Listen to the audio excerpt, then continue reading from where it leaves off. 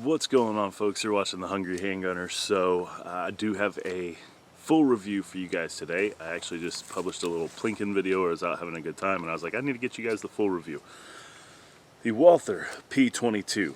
So we'll go ahead, drop the mag so the YouTube, I'm showing you the mag, the YouTube range safety officers don't get their panties in a wad. So this is a semi-automatic 22 LR with a magazine disconnect, so we'll put the magazine back in so I can drop that hammer. Semi-automatic 22 long rifle manufactured by Walther, which is actually manufactured by Smith & Wesson. I know it's confusing, right? So Smith & Wesson does produce some of these guns for Walther.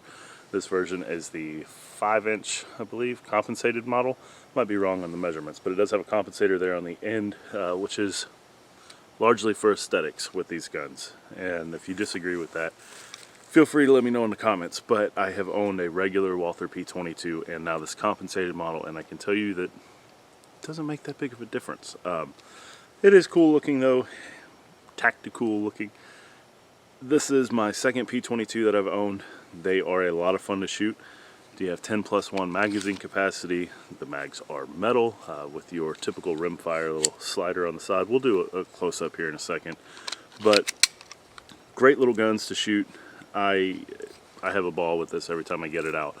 So I think what we can do now is dive down close, and then we'll probably do some shooting. Alright, so Walther P-22. Pretty basic gun, pretty straightforward design. You do have your magazine release right here, so we'll go ahead and drop that, and then I will go ahead and lock that to the rear. Gun is super dirty, guys. I've been shooting it, and I knew I was going to get it back out today and shoot it, so I did not clean it yet, which is cool because we may have some malfunctions with it being this dirty. So going down the gun, you can see it does have a hammer. It is a double action pistol, or double action single action pistol, I should say. You do have a slide mounted safety there. It is not a decocker, it is simply a safety. And you have a magazine disconnect, meaning that trigger goes dead when the magazine is not inserted. Insert your magazine, boom, go time.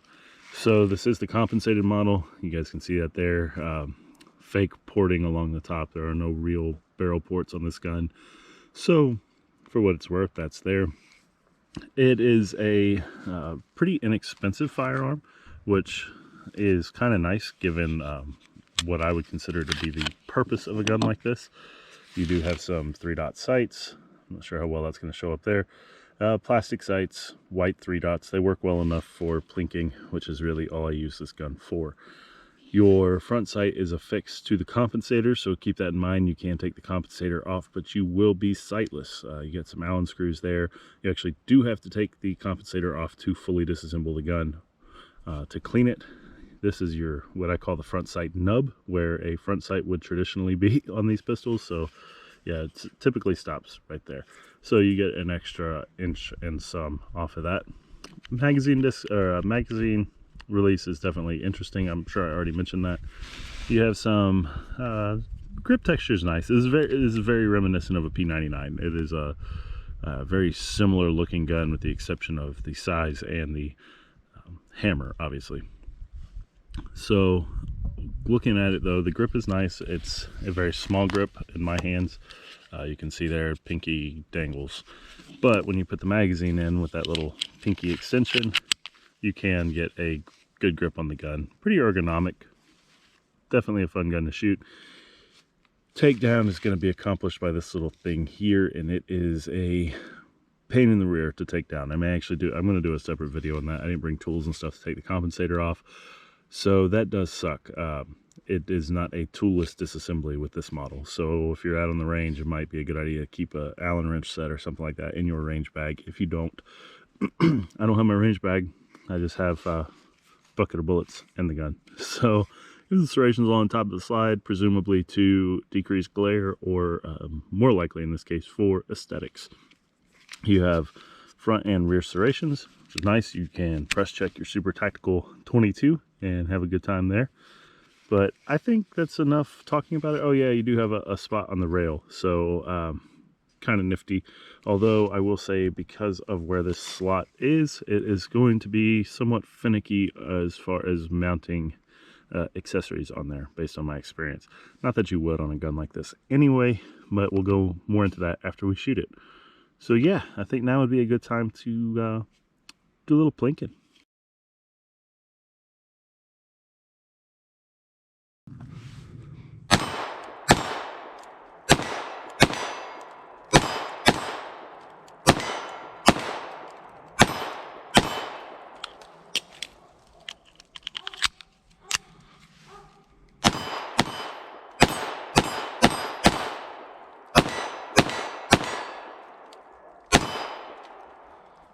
"20 rounds."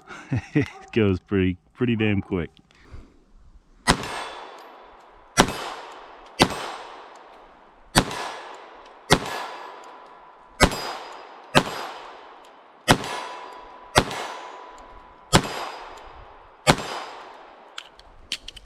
Something about 22.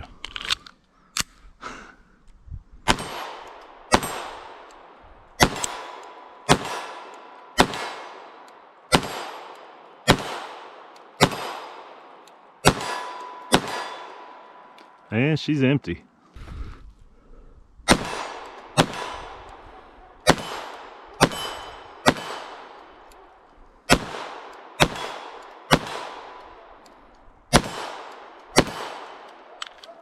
It was just a lot of fun to shoot.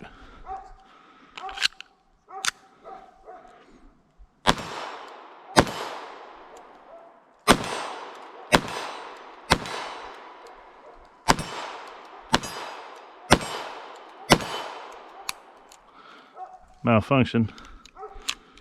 Oh yeah, get those fairly frequently on that mag. Just kind of goes in at an angle, but yeah. All right, so go ahead, verify that it's clear again, and there we go. Walther P-22, fun gun to shoot. I absolutely love this gun. Hat's crooked. Anyways, deal with the crooked hat. So, fun gun to shoot, an absolute blast, and fairly reliable as far as rimfire handguns go, which has not always been my experience, especially with these. So my first one was very finicky. This one I am shooting just some bulk Blazer lead round nose 40 grain bullets, nothing crazy at all. Now I do have, I think it's this mag. Yep, this mag. For whatever reason on the last round, sometimes it kicks it up at an angle and it never goes into the chamber and it jams. It's only with this one, that's why I marked the bottom of it. It is what it is. Were this a defensive firearm, that would piss me off to no end, but it's not, and that's a nice little segue to what I was going to talk about next. Is a 22 lethal? Yes. Can a 22 work for self-defense? Yeah, it has for a lot of people. Would I recommend this? No. I think that given the availability of small, compact 380s and 9mm that are very close in size to this, maybe the grip's a little bit wider, but overall profile, I think that given the market availability of more potent calibers and similar footprints, I don't think this would be a smart choice for self-defense, carry, etc.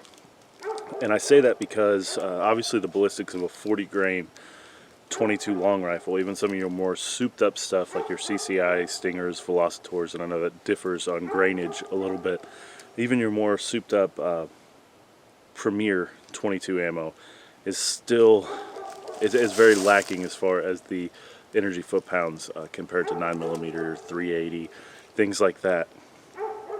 And with the rimfire design, you do have some inherent reliability issues because of the way the priming compound is scattered all around the rim of the cartridge instead of concentrated in that primer pocket on a centerfire round.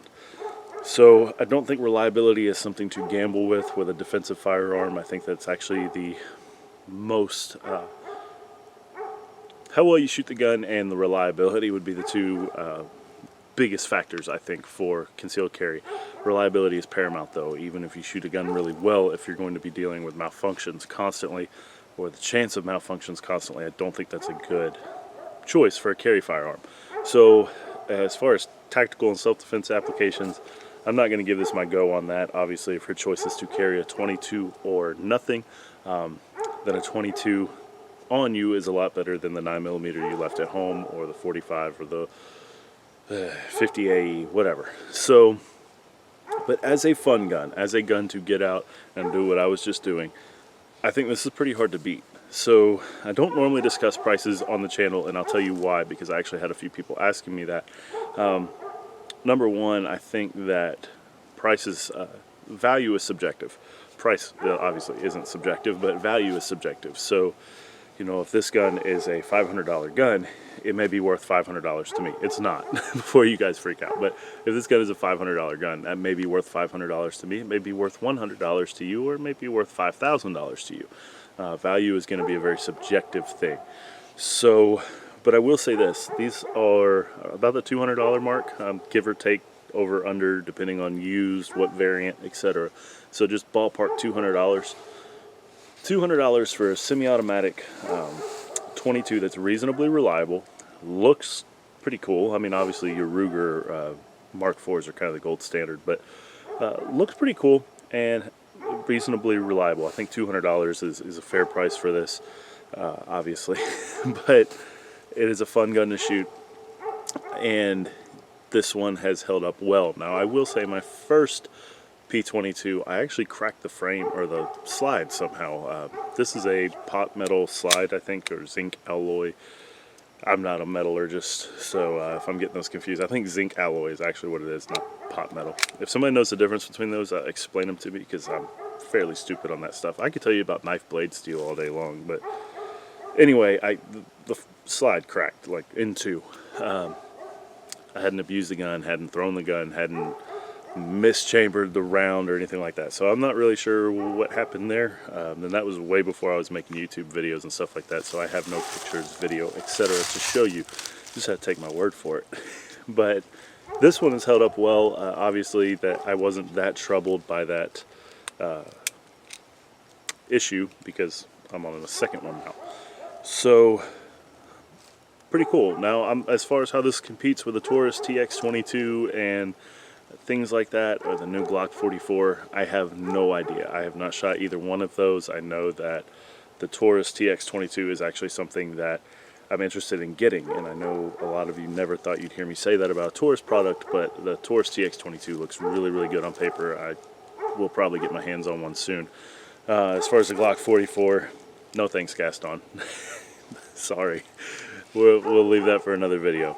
I know I was not the only one let down by that announcement. Anyway, back to the P-22, since I am 80H whatever, and damn dog is going nuts again. Awesome gun, a lot of fun to shoot. One of my favorites to get out when I'm just having fun, not making videos, not training, just I want to make something go boom, or pew. And this is a good way to go. And saying pew reminds me, this does have a threaded barrel. Now, unfortunately, you're going to have to remove the compensator to mount the suppressor on here, which I say unfortunately because there goes your front sight. So,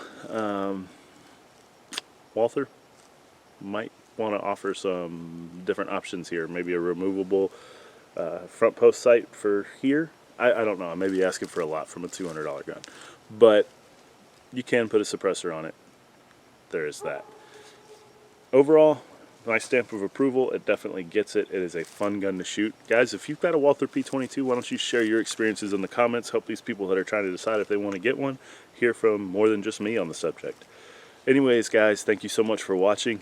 Really appreciate you guys watching my videos, and I never thought that it would get to the point that it has, which is still a small channel, but for all 10 of you total, I think, that watch my videos, it's really cool. Thank you. So stay safe, keep shooting. I'll see you next time.